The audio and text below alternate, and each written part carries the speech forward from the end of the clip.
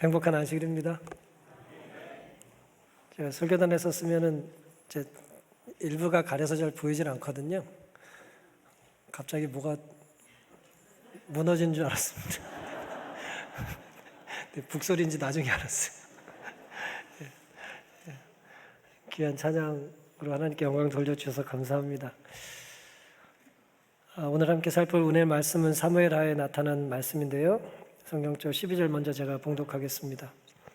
다윗이 여호와께서 자기를 세우사 이스라엘 왕을 삼으신 것과 그 백성 이스라엘을 위하여 그 나라를 높이신 것을 아니라.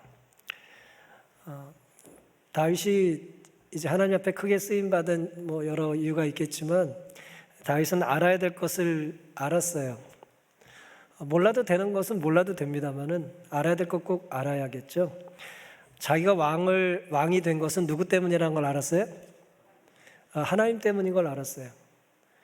하나님이 자기를 알아주셨고 자기를 세워주셨다는 것을 다윗이 기억했습니다. 매우 중요한 부분인데요. 이렇게 왕으로 부름받은 다윗은 헤브론에서 7년 반 동안 또 예루살렘에서 33년 동안 이제 왕 위에 있었어요. 40년 넘게 왕으로 살았습니다. 오늘은 전쟁과 기도라는 제목으로 함께 은혜를 나누려고 합니다. 전쟁과 기도, 다르게 표현하자면 전쟁과 신앙쯤 될 것 같습니다. 전쟁을 하려면 당연히 누가 있어야 됩니까? 상대가 있어야죠. 적이 있어야 전쟁을 하지 않겠습니까? 오늘 본문은 우리에게 나는 누구와 싸우는지에 대한 질문을 던져줍니다. 나는 누구와 싸우고 사는가? 다윗이 더불어 싸웠던 사람들은 거인들이었어요. 17절과 18절에 이렇게 기록되어 있습니다. 이스라엘이 다윗에게 기름을 부어 이스라엘 왕을 삼았다함을 블레셋 사람이 듣고 다윗을 찾으러 다 올라오매 다윗이 듣고 요에초로 나가니라 블레셋 사람이 이미 이르러 르바임 골짜기에 편만한지라 그랬습니다. 그냥 아주 단순한 서술로 읽히지만 자세히 살펴보면 매우 큰 긴장이 있다는 걸 알 수가 있습니다. 우리가 12절에서 다윗은 하나님께서 자기를 왕 삼은 것을 알았다 그랬어요? 몰랐다 그랬어요? 알았다 그랬죠. 그러니까 하나님이 자기를 왕 세운 것이라는 걸 아는 사람과 누가 싸워요? 그것을 모르는 사람과 싸우는 거예요. 하나님이 그를 왕 세웠다라고 하는 걸 이제 믿는 왕과 그걸 인정하고 싶지 않은 블레셋 사람들과 이제 싸우는 것입니다. 블레셋 사람들은 르바임 골짜기에 편만하게 진을 쳤다 그랬죠. 르바임 골짜기에 편만했대. 아주 그냥 가득 찬 것입니다. 다윗은 블레셋 사람들이 르바임 골짜기에 있다는 걸 듣고 요새로 이제 가서 몸을 숨겼다고 기록을 합니다. 전쟁을 준비하는 거죠. 왜 블레셋은 르바임 골짜기라는 곳에 진을 쳤을까? 이제 우리가 질문해 볼 수 있겠죠. 르바임이라는 말 자체가 혹시 뭔지 아세요? 르바임이라는 말 자체가 거인이라는 뜻이에요. 고대 사회에 이제 거인들이 안악자손 같은 이제 블레셋 사람들이 이제 거인족에 속하는데 거인들이 있었던 거죠. 큰 사람들이 살았던 거예요. 요즘 한 네덜란드 사람들쯤 될지 모르겠어요. 다들 크잖아요, 그 사람들은. 아주 큰 사람들이 사는 거예요. 르바임 골짜기라는 말은 다시 말씀드리면 거인의 골짜기라는 뜻이에요. 문자적으로 거인의 골짜기에 누가 있어요? 거인들이 가득 차 있는 거예요. 길이가 5km, 폭이 3km쯤 되는 곳이랍니다. 굉장히 큰 곳이죠, 그렇죠? 5km, 3km 길이와 폭이 그 정도면요. 여의도 광장을 제가 사이즈를 찾아보니까 1350m랑 300m밖에 안 되더라고요. 굉장히 이거에 비해서 큰 거예요.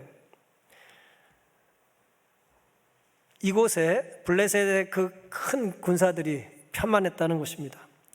특별히 그 위치는 베냐민과 유다 지파의 이제 접경지였다 그래요. 그러니까 이제 두 지파를 남과 북을 나누기에 굉장히 유리한 지역이었겠죠. 우리가 이제 전후 문맥을 좀 살펴보면 다윗이 당시에 이제 기름부음을 받고 예루살렘을 완전히 장악한 것 같은 기록이 있지만 이 전쟁을 놓고 보면 아직 완전히 다윗 왕국이 자리를 잡은 것 같지는 않아요. 블레셋이 이렇게 쳐들어오는 걸 보면요. 부자 선지자 노아에서 이렇게 기록하십니다. 다윗의 영도 아래 이스라엘 나라가 연합되고 그 힘이 점점 강해지고 여부수의 요새를 탈취하여 두로 왕 히람과 동맹한 일 등이 블레셋 사람의 적개심을 자극했다.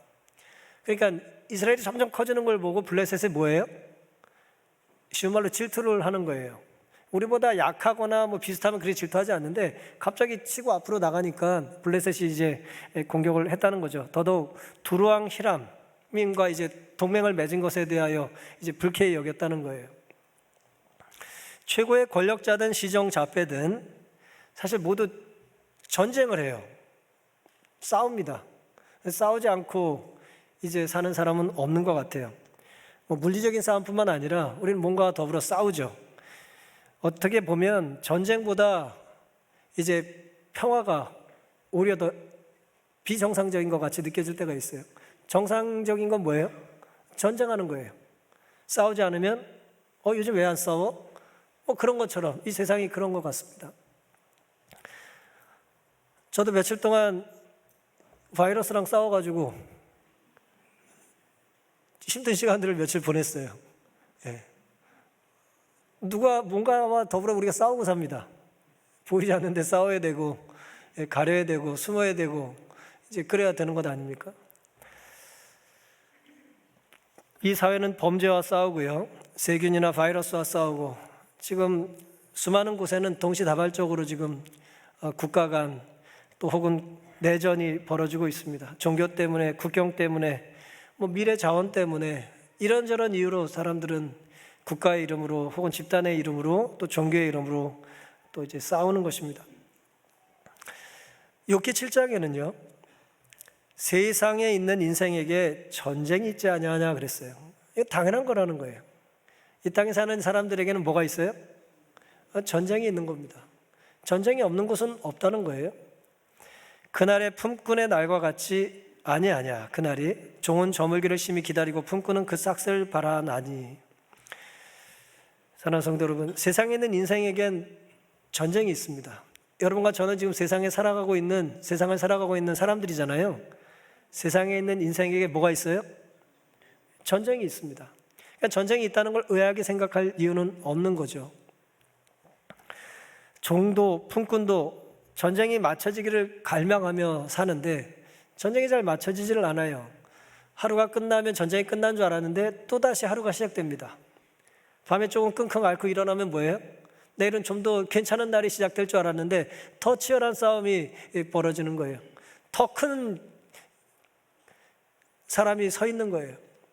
거인이 가득 차 있는 거예요. 나만 혼자 한 것 같이 느껴지는 것입니다. 다윗은 그 순간 이제 요새처로 갔다 그랬어요. 요새를 찾아갑니다. 물론 당연히 물리적인 이제 요새를 말하는 것입니다만은 우리가 영적인 안목을 가지고 생각해 보면 이런 싸움 속에서 나보다 더 강한 사람들, 이 거인들이 편만한 것 같은 이 사방이 우겨쌈을 당하는 것 같은 상황에 살 때에 여러분 즐겨 어떤 요새로 숨곤 하십니까? 이 교회가 여러분의 요새 역할을 하고 있다고 생각하십니까? 갈 곳 없을 때 교회 오셔요? 난 한 번도 그런 적이 없어요. 뭐 야외로는 가고 싶고 베이커리, 카페는 가고 싶은데 교회 갈 생각은 안 나네요. 그래요? 교회가 빵을 줘야 되나? 여러분 어떻게 생각하세요? 싸우지 않는 사람 없습니다. 전쟁하지 않는 사람 없어요. 자와 더불어 싸우든 이기심과 더불어 싸우든 뭐 같이 사는 사람과 더불어 싸우든 누구와 더불어 싸우든 간에 아무리 뭐 권력의 정점에 있는 사람도 싸우고 뭐 진짜 뭐 가질 것도 아무것도 없는 것 같지만 그 쓰레기 갖고도 싸우는 사람들이 있는 거예요. 이 싸우는 이 전장에 사는 우리는 어디 가서 숨고 어디서 이제 전열을 가다듬냐는 거예요. 다윗은 시편 18편에 여호와는 나의 반석이시오 나의 요새시오 나를 건지시는 자시오 나의 하나님이시오 나의 피할 바이시오 나의 방패시오 나의 구원의 뿌리시오 나의 산성이라고 고백합니다. 참 아름다운 고백이에요. 이런 고백 한 번이라도 딱 했다는 것은 이 사람의 어떤 삶의 어떤 신앙의 무게감을 느낄 수 있게 됩니다. 수많은 말을 하고 살지만 그 사람의 어록 중에 딱 하나 뽑으면 또 그 사람이 어떤 사람인지 우리가 생각해 볼 수 있잖아요. 여호와는 나의 반석이요 요새요. 고대 사회의 전사에게 그가 물리적인 요새를 찾지 않았어요. 다윗의 삶 속에 다윗이 생각하는 요새는 물리적인 공간, 무슨 벙커가 아니라 천연 요새가 아니라 하나님과의 관계였던 것입니다. 하나님을 기억하고 하나님을 찾고 아무리 작고 부실해 보여도 제단을 쌓은 그 기도처를 다윗은 하나님께서 자기를 지켜주는 요새라고 고백했던 것입니다.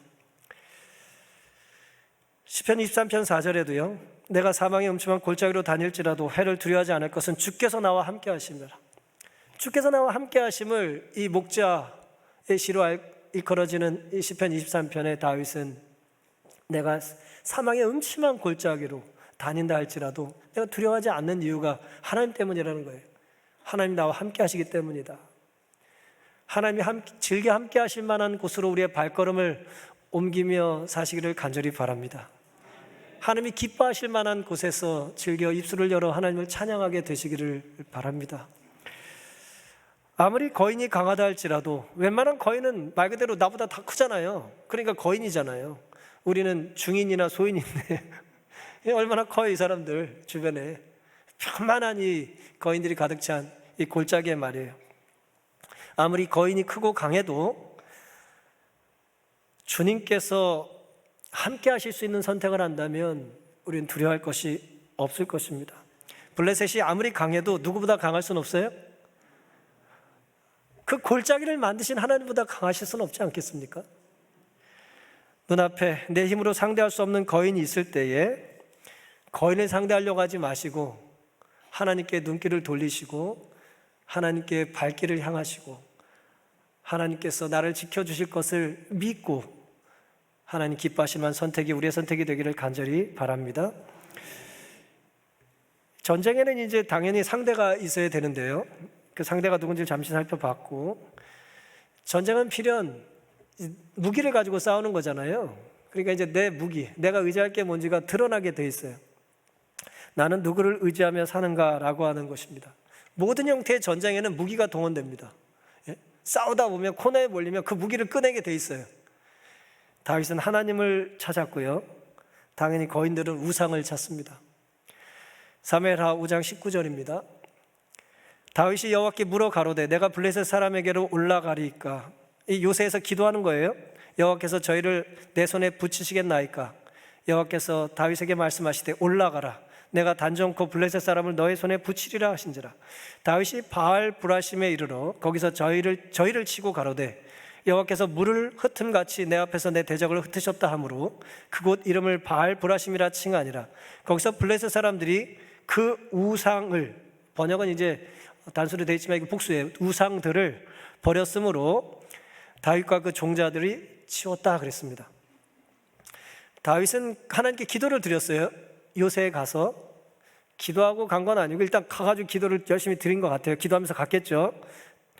여기서의 포인트는 뭐냐? 답을 정해놓고 기도한 게 아니라는 거예요. 우리는 답을 정해놓고 기도할 때가 많죠. 이게 답이니까 이거 답으로 해주세요. 그럴 기도 많잖아요. 내가 3번이라고 썼으니까 3번이 답이 돼야 됩니다. 근데 그렇지 않았어요. 하나님 답이 뭡니까? 알려주신 답을 제가 살겠습니다. 다윗이 그렇게 기도했다는 거예요. 답을 정해놓고 하나님께 내 답을 인정해달라고 기도한 것이 아니라 나는 답이 뭔지를 모르지만, 나는 거인을 상대할 수 없지만 하나님께서 허락하시고 명령하시고 하라고 하는 것을 내가 하겠다고 질문을 한 거예요. 나 혼자서 이 다윗이라는 이 작은 사람이 저 편만한 이 블레셋의 큰 사람들을 상대하기 위해서 올라가야 되는 겁니까? 라고 물었어요. 그랬더니 하나님께서 뭐라 그러세요? 올라가라는 거예요. 싸우라는 거예요. 아무리 간절히 기도 드려도 내가 할 일을 정해놓고 드리는 기도는 하나님이 기뻐하실 수 있는 기도가 아닌 거죠. 제가 올라가리까 내 손에 붙이시겠나이까. 하나님께서 주저하지 않으시고 올라가라, 너의 손에 붙이리라 이제 말씀을 하셨습니다. 결국 전쟁에서 승리했고요. 승리한 곳을 바알 브라심이라고 하는 이름을 명명했습니다. 바알 브라심은 문자적으로 바알이 이제 주라는 뜻이거든요. 바알, 주라는 뜻이고요. 브라심이라고 번역된 이 말은 페라침이라고 하는 말로 부순다 그런 뜻이에요. 부서짐 그런 뜻입니다. 그러니까 부수시는 하나님, 파괴의 신, 파쇄의 신 그런 의미라고 하시면 되겠습니다. 파쇄의 주라고 생각하시면 되겠죠. 번교 주석은 이렇게 주석을 합니다. 바알 브라심은 문자적으로 파쇄의 주 혹은 침입의 주, 블레셋 사람들을 습격한 다윗은 그들의 군대를 흩어 자기 앞에서 파멸시켰다. 여호와의 도움으로 이스라엘 군대는 물이 댐을 뚫고 나오듯 대적의 방어선을 뚫었다. 하나님께서 그를 도와주심으로 그 강력한 이 진영 가득한 있는 블레셋 군대들을 물리칠 수 있었다는 거예요. 그때 흥미롭게도 블레셋은 도망을 치면서 뭘 버리고 갔어요? 우상들을 다 버리고 갔습니다. 우상들이 무거웠는지 어쨌든지 하여튼 우상들을 다 버리고 갔어요. 그래서 다윗과 부하들이 치웠다 그랬잖아요. 블레셋은 왜 우상을 버렸을까요? 화재가 났다고 생각해 보세요. 화재가 나면 어떡합니까? 뭐부터 구해야 돼요? 가끔 생각하면서 살아야 됩니다. 화재가 나면 나에게서 정말 중요한 게 뭔가 생각을 해야죠. 그렇죠? 일단 살아야죠. 그렇죠? 일단 살아야 됩니다. 목욕 중이라도 뛰쳐나와야 돼요. 나는 고상하게 죽겠어. 그렇게 하시면 안 됩니다. 뛰쳐나와 살아야 돼요. 약간의 시간이 여유가 있으면 가장 중요한 게 뭔지를 찾아야죠. 그렇죠? 내가 살고 내 가족을 살리고 해야죠. 생명이 제일 중요하지 않겠습니까? 그런데 지금 이제 전쟁에서 패해서 도망을 치고 있어요. 블레셋 사람들이. 근데 뭐는 필요가 없어요? 내가 사는데 우상들은 필요가 없다고 판단을 한 거예요. 그래서 우상을 다 버린 거예요. 근데 이제 질문이 있습니다. 애시당초 전장의 우상들은 왜 끌고 온 거예요? 왜 끌고 온 거예요? 왜?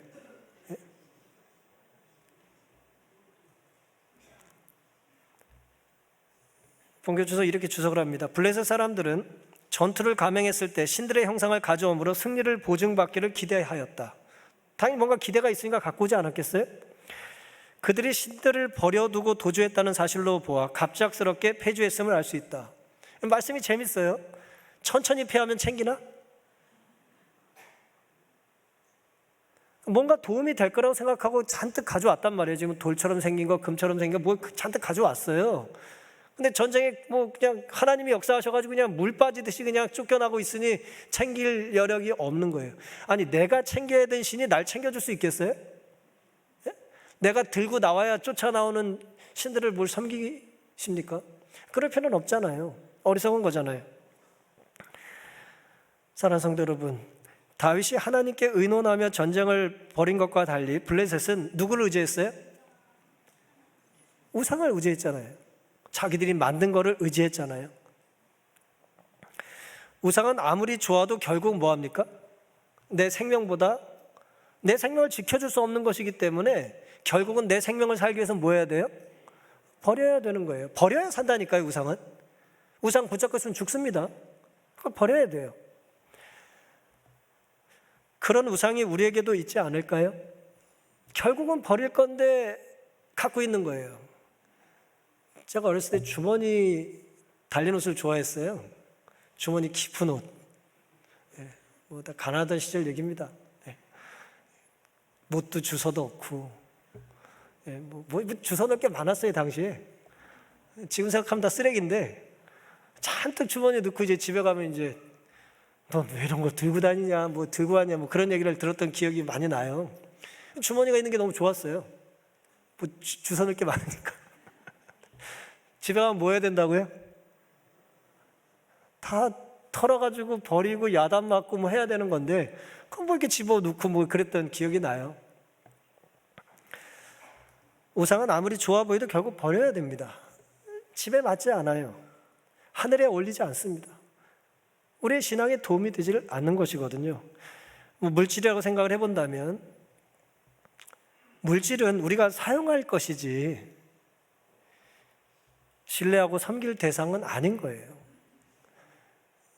우리가 하나님을 믿고 섬겨야죠. 우리가 뭐 물질을 믿고 섬기면 되겠습니까? 다윗은 중요한 결정을 내리기 전에 하나님께 기도를 드립니다. 하나님께서 원하시는 것을 알고 싶어 했고 하나님께서 원하시는 일을 자신이 해야 할 일이라고 생각했어요. 내가 원하는 걸 하나님께 알려드리고 허락해달라고 한 것이 아니라 하나님께서 원하시는 일을 알려주시면 내가 그 일을 나의 일로 생각하겠다는 거예요. 오늘 그런 결단과 서약이 우리에게도 있게 되기를 간절히 바랍니다. 하나님께서 오늘 우리에게 원하시는 게 있지 않겠습니까? 어제와 다르게 사는 것, 혹은 지난주보다 좀 더 나은 사람이 되는 것, 그렇죠? 나는 기분 같아서는 지금 인상을 오만상을 쓰고 앉았어야 되는데 하나님께서 내가 좀 웃기를 원하신다는 걸 이제 양심으로 느끼면 그 약간 어색한 노력을 해야 되는 거예요. 하나님 그걸 기뻐 보십니다. 근데 하나님께서 우리의 마음속에 역사하시는데도 우리가 내 감정이나 내 생각이나 내 경험을 우선하면 우리는 그만큼 이제 하나님께서 역사하실 수 있는 공간이 줄어드는 선택을 하는 것입니다. 가장 안전한 길은 나의 걸음이 주의 길을 굳게 지키고 실족치 아니하였나이다. 시편 17편 5절의 말씀처럼 진실한 마음으로 날마다 기도하는 것이다. 그렇게 화이트는 기록하셨습니다. 가장 안전한 길이 뭐라고요? 나의 걸음을 주께서 지켜주시고 보호해 주신다는 거 하는 건 믿음을 가지고 날마다 기도하는 거라는 거예요. 멈춰있는 기도는 아닌 거죠. 행동하면서 기도를 하는 것입니다. 기도는 결코 의무를 대신할 수 없다. 조건은 이행하지 않으면서 하나님의 약속만을 내세우고 간구하는 자들은 하나님을 모독하는 것이다. 화이트 몇 차례 이런 표현을 쓰셨어요. 기도 자체가 의무지만 하나님께서 우리가 기도를 드리고 나면 우리에게 해야 될 일을 알려주실 때가 있어요. 그럼 그건 내가 해야 되는 것입니다. 근데 우리가 내가 할 일을 하지 않고 이제 기도를 함으로 내가 할 일을 이제 면피하려고 하는 것은 옳지가 않은 것이죠. 하나님의 약속이 이루어지는 조건은 바로 이것입니다. 하나님께서 기뻐하실 만한 일을 내가 하는 거예요. 기도하지 않고 만약에 요새만 찾는다. 이게 아주 천연 요새야. 이게 망할 일이 없어요. 기도하지 않고 거기 있다. 그건 독방이랑 뭐가 다르겠어요? 또 기도만 하고 요새를 찾지 않아요. 우리가 해야 될 일을 또 하지 않아요. 그것도 곤란하지 않겠습니까? 방비를 잘 해놓고 또 내가 해야 될 일을 갖춰야 되는데 하질 않아요. 의무를 행하지 않습니다. 지금 하려는 일을 어떻게 할지만 엿주지 말고 지금 하려는 일을 내가 정해놓은 다음에 어떻게 해야 되냐고 묻지 마시고 지금 하려는 일 자체가 하나님의 뜻인지를 우리는 여쭤야 될 때가 많이 있습니다. 이미 일을 벌려놓은 다음에 하나님께 협조를 구하지 마시고 하나님이 여러분의 관계자요 무슨 후견인으로만 계시기를 원하지 마시고 하나님이 우리의 주인이 되기를 하나님은 원하십니다. 그러니 일을 정해놓고 어떻게 해야 되는지 테크닉만 알려달라고 하지 마시고 기술만 알려달라고 하지 마시고 이 일 하는 게 정말 하나님 뜻입니까? 라고 하는 근본적인 질문을 우리가 날마다 순간마다 하며 사는 우리가 되기를 간절히 바랍니다. 성곽의 대쟁투에서 우리는 크든 작든 하나님과 기도로 의논하며 살아야 합니다. 우리가 기도함으로 내가 하나님을 의지하며 산다는 그런 고백과 또 다짐이 날마다 새로워질 수 있기를 간절히 바랍니다. 이렇게 다윗과 블레셋이 싸웠어요. 그리고 1차 전쟁에서 다윗이 블레셋을 이기죠. 그 전투에서. 근데 놀랍게도 우리가 전쟁을 하고 났는데 우리의 이 대적인 이 사탄, 이 블레셋으로 묘사된 당시에 다윗의 적군들은 쉽게 포기를 하진 않아요. 한 번 이기고 그냥 기가 죽어가지고 다시는 나를 괴롭히지 않으면 얼마나 좋겠습니까? 한번 눈 한 번 크게 뜨고 날 한 번도 안 괴롭히면 얼마나 좋겠어요? 근데 눈을 아무리 크게 떠도 무서워하지 않는 거예요. 또 계속 그러는 것입니다. 그래서 우리는 내가 했던 선택을 다시 반복해야 될 때가 있어요. 두렵고 떨리는 일이죠. 했던 일을 다시 해야 되는 일이에요. 근데 이게 우리에게 가져다주는 굉장히 역설적인 교훈이 하나 있습니다. 그게 뭔지를 22절부터 보겠습니다. 나는 어떤 결과를 기대하면서 또다시 뭔가를 해야 될 때가 있는 것이죠. 블레셋 사람이 다시 올라와요. 그 때문에 물바듯이 다 쫓겨가고 우상들 다 버리고 가놓고는 또 올라와요. 이 망각의 동물이라 금방 잊어버린 거예요. 르바임 골짜기에 편만 앉으라. 똑같죠? 그렇죠? 똑같은 일을 다시 반복합니다. 다윗이 여호와께 묻자온데 가라사대 올라가지 말고. 내가 올라가리까 물었더니 이번엔 뭐 하지 말라고요? 이번에 올라가지 말아라 그러셨어요. 저희 뒤로 돌아가 뽕나무 숲을 맞은편에서 저희를 엄습해라. 좀 폼나진 않는데 어쨌든 왜 이런 작전을 펴는지 모르겠어요. 이렇게 급습을 하라는 거예요. 이렇게 돌아가서 이번에는 뽕나무 꼭대기에서 걸음 걷는 소리가 발소리가 들리거든 곧 동작하라. 그때 여호와께서 너의 앞에 나아가 블레셋 군대를 치리라 하신지라. 이에 다윗이 여호와의 명대로 행하여 블레셋 사람을 쳐서 게바에서 게셀까지 이르니라. 똑같은 일이 이제 반복됐어요. 다시 공격해 왔고 다윗은 다시 하나님께 기도를 드립니다. 그랬더니 이번엔 하나님께서 올라가지 말고 위에서 공격하라는 거예요. 뽕나무 나무 위에서 발걸음 소리가 들리면 내가 너희에게 공격하라는 신호고 내가 전쟁을 승리하게 해주겠다는 약속을 하셨다는 거죠. 베베론의 블레셋 사람들은 오히려 더욱 분투하도록 자극받았다. 이 악의 특징 중에 하나는 쉽게 포기하지 않는 거예요. 더 열심히 하려고 그래요. 그들은 더 큰 군대를 수집해 승리를 얻으려고 작심하고 다윗과 대항하러 왔다 그랬어요. 더 많이 데리고 왔어요. 더 큰 사람들 데려왔나 봐요. 지난번에 힘이 좀 약했어. 더 많이 와 해서 이제 공격하고 온 겁니다. 방향이 잘못됐는데 속도를 더 내면 어떻게 될까요? 방향이 잘못됐는데 속도를 더 내면 어떻게 됩니까? 더 빨리 망해요. 결과가 좋을 일이 없죠. 다윗도 블레셋도 같은 결정을 하죠. 다윗은 전쟁에 났을 때 기도를 드렸고 블레셋은 자신들의 힘을 의지해서 우상을 의지해서 다시 한번 도전하는 거예요. 힘이라는 우상을 믿은 거죠. 당연히 결과가 어떻게 될까요? 바뀐 게 없잖아요. 지금 입력값이 똑같잖아요. 그렇잖아요. 똑같은 것들을 넣었잖아요. 지금 한 사람은 기도, 한 팀은 뭐예요? 자기 힘 의지. 첫 번째에서 그래서 다윗은 승리하고 블레셋이 졌는데 두 번째 똑같은 일을 했다니까요. 수치를 좀 더 높였어요. 더 많이 가, 더 열심히 해, 더 큰 사람들 보내. 그럼 결과가 달라질까요? 하나님이 우리가 좀 밀면 밀립니까? 우리가 으쌰 하면 밀려요 하나님이? 하나님 그런 분이 아니죠. 잠언 26장 11절에는 개가 그 토한 것을 도로 먹은 것 같이 미련한 자는 미련한 것을 거듭 행한다 그랬습니다. 지가 토해놓고 먹고 토한 걸 먹었다는 얘기는 뭐예요? 먹은 걸 또 뭐 할까요? 또 토하겠죠. 먹을 게 아닌데 먹으니까 뭐 자꾸 먹고 토하고 먹고 토하고 그러는 거 아니에요. 미련한 자가 그렇다는 것이죠. 갈라디아 6장에 있는 바울의 말씀이죠. 제가 여러 번 말씀드린 성경절인데요. 스스로 속이지 말라. 하나님은 만물의 여김을 받지 아니하시나니. 하나님 속임당하지 않으세요. 우리의 연기에 하나님 속지 않으십니다. 사람이 무엇으로 심든지 그대로 거두리라. 심은 대로 나요. 하나님을 믿지 않으면 불신의 열매가 맺히는 거예요. 어쩌다 한번 좋은 열매가 맺을 수는 없죠. 그럴 수는 없습니다. 술 취한 코끼리 길들이라고 하는 이야기를 제가 해드린 적이 있는 것 같은데요. 그 책에 보면 흥미있는 이야기가 하나 나옵니다. 아주 뜨거운 날 인도 한 시장에 한 남자가 시장에서 뭔가를 먹고 있어요. 눈물을 흐르면서 먹고 있어요. 시장 가면 구경할 게 많은데 그 사람이 너무 신기한 거예요. 뭘 먹는데 자꾸 울어. 아주 눈은 빨개져가지고 말이에요. 그 사람들이 뭐가 잘못됐나 고 계속 쳐다봤어요. 먹고 눈물을 흘리고 먹고 눈물을 흘리고 자세히 봤더니 그 맵기로 소문난 인도산 고추를 그렇게 쌓아놓고 먹고 있는 거예요.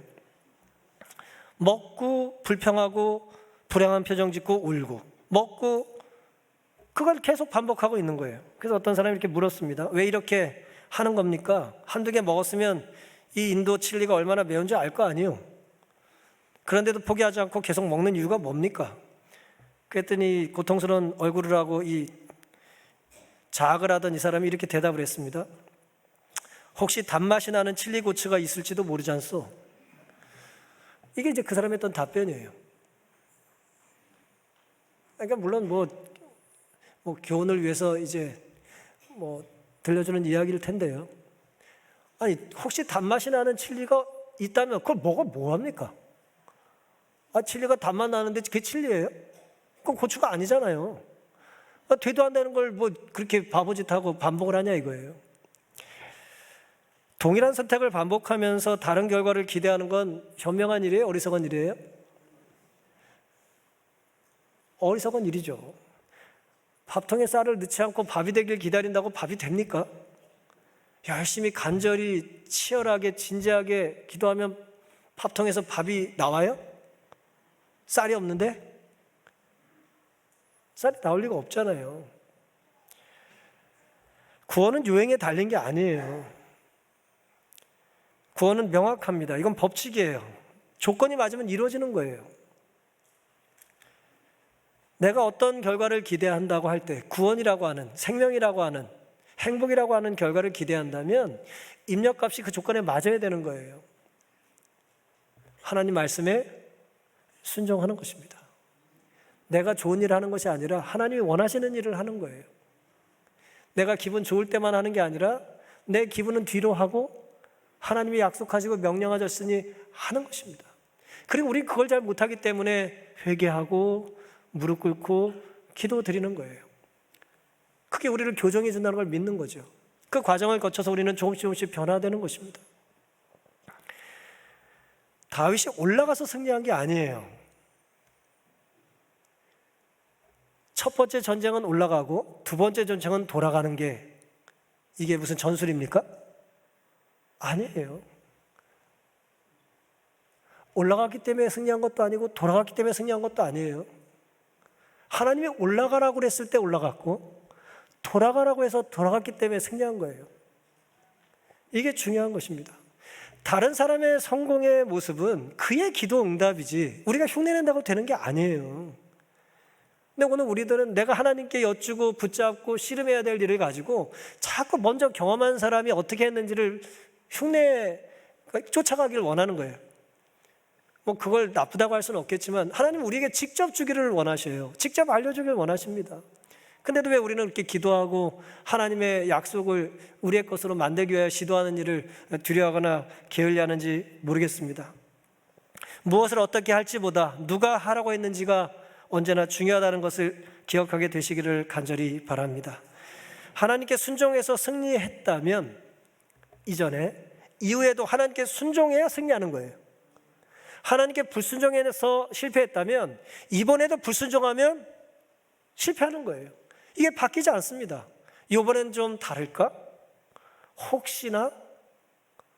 역시나예요. 예외는 없습니다.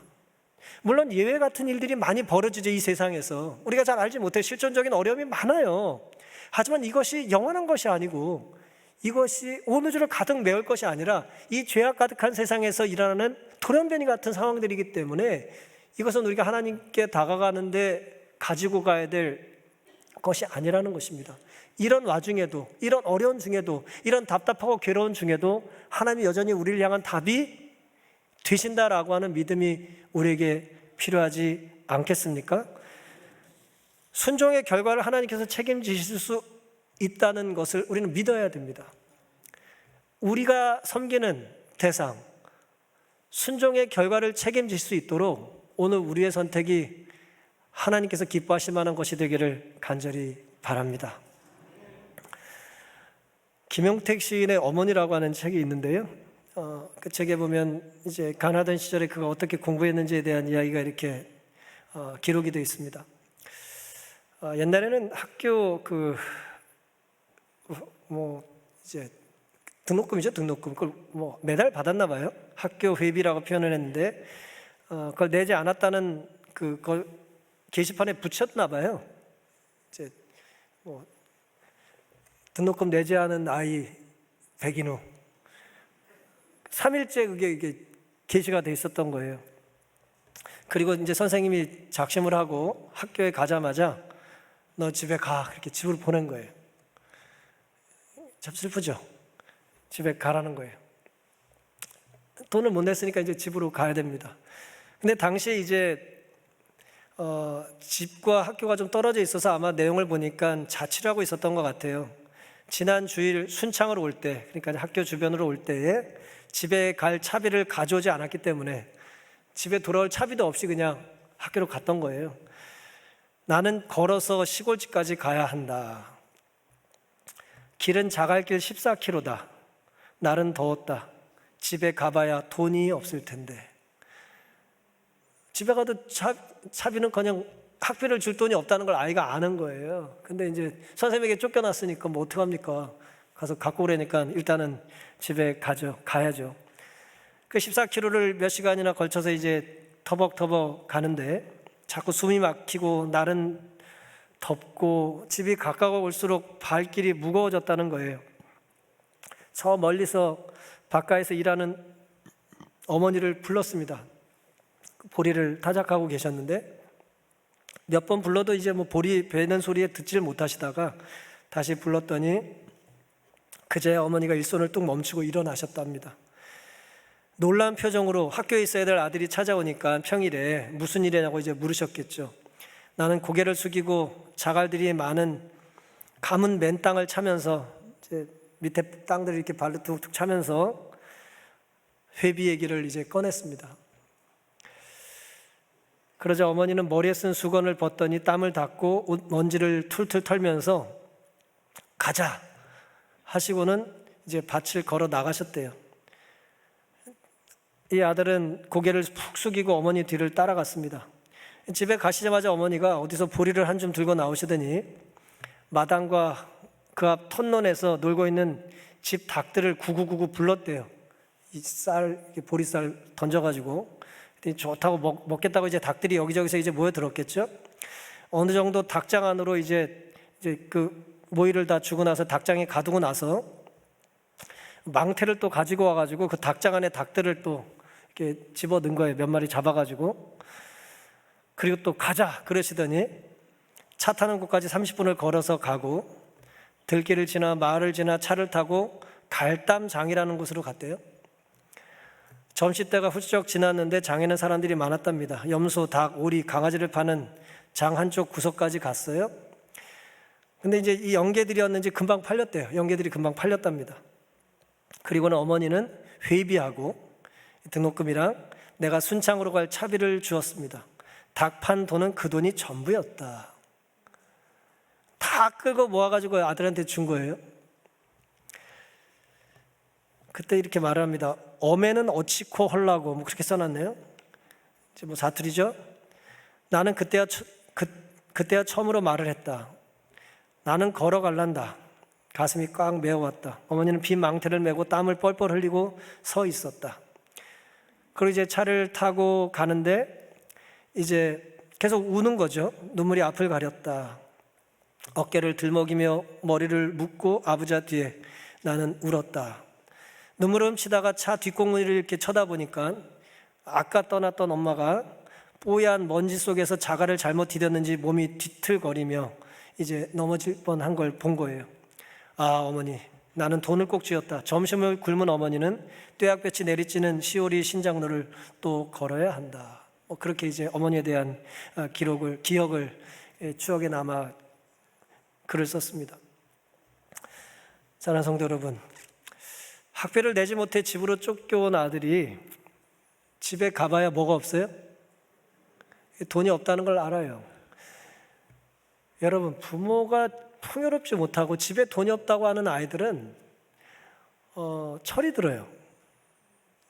뭐 다 돈 없다고 다 잘 되는 건 아니지만 이 돈이 없다는 걸 부모가 얼마나 고생하고 사는지를 아는 아이들은 이 철이 좀 들죠. 걱정합니다. 집에 가봐야 돈이 없는데. 아들 사연을 듣자마자 어머니가 집에서 키운 닭을 망태에 넣어 장터 가서 팔잖아요. 어머니가 가자라고 말씀하셨을 때는 답이 있는 거예요, 없는 거예요? 많이 배우지 못한 어머니가 그 아들, 너는 나처럼 고생하지 않고 키워야겠다는 것 때문에 그렇게 고생하시는 어머니가 가자라고 하셨을 땐 답이 있는 거예요. 그 답을 아이는 모르죠. 그게 닭을 잡는 건지 닭을 파는 건지 모르죠. 시인 김용택 시인은 그 무더운 날 닭 판 돈으로 공부하고 교사가 되고 결국 시인이 돼요. 가난한 시절 학비를 해결할 능력이 아들에게는 없었지만 아들보다 많이 배우지 못한 어머니에게는 답이 있었어요. 다윗이 지금 거인 블레셋 군대 앞에 서서 자기 힘을 의지하지 않고 누굴 찾아요? 하나님을 찾았습니다. 하나님께 온 거예요. 승리의 비결은 3000년 전 르바임 거인의 골짜기에서나 21세기 대한민국에서나 다를 바가 없습니다. 똑같아요. 여전히 하나님 살아계시고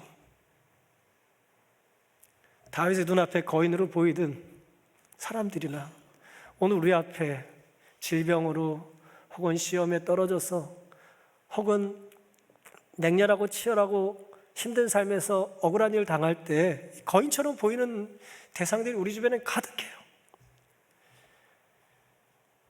하지만 승리의 비결은 하나님께 있습니다.